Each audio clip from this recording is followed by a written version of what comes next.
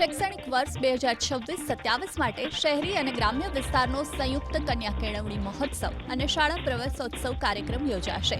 આગામી 23 જૂનથી 25 જૂન વચ્ચે પ્રગતિનો પ્રવેશોત્સવ અંતર્ગત રાજ્યની તમામ સરકારી આંગણવાડીઓ, બાલવાટિકાઓ, પ્રાથમિક, માધ્યમિક અને ઉચ્ચતર માધ્યમિક શાળાઓ તેમજ જ્ઞાન શક્તિ અને રક્ષા શક્તિ રેસિડેન્શિયલ સ્કૂલોમાં બાળકોને પ્રવેશ અપાશે।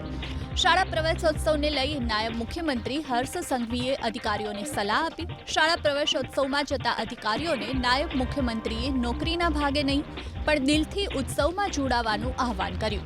સાથે જ કાર્યક્રમથી પરત ફરતા મનને શાંતિ થાય તે પ્રકારે 3 દિવસ ફાળવવા સલાહ આપી। મારું માત્ર આપ સૌને એટલું જ કહેવું છે